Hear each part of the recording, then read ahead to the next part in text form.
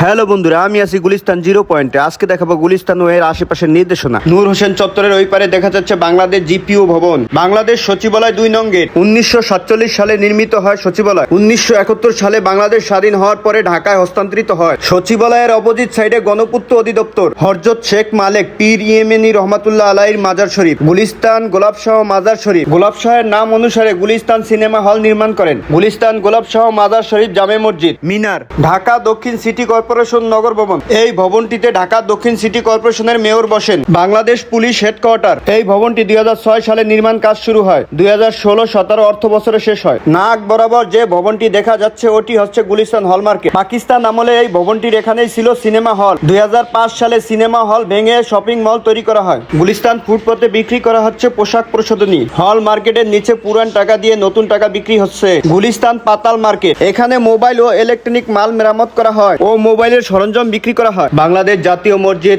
বাইতুল মোকাররম, ঢাকা গুলিস্তান। 1960 সালে 27 জানুয়ারি তৎকালীন রাষ্ট্রপতি আইয়ুব খান এই মসজিদের ভিত্তি স্থাপন করেন। 1968 সালে মসজিদের নির্মাণ কাজ সম্পূর্ণ হয়। ঢাকা স্টেডিয়াম, সাবেক প্রধানমন্ত্রী শেখ হাসিনা সরকার থাকাকালীন এর নাম ছিল বঙ্গবন্ধু জাতীয় স্টেডিয়াম, এখন জাতীয় স্টেডিয়াম নামে পরিচিত।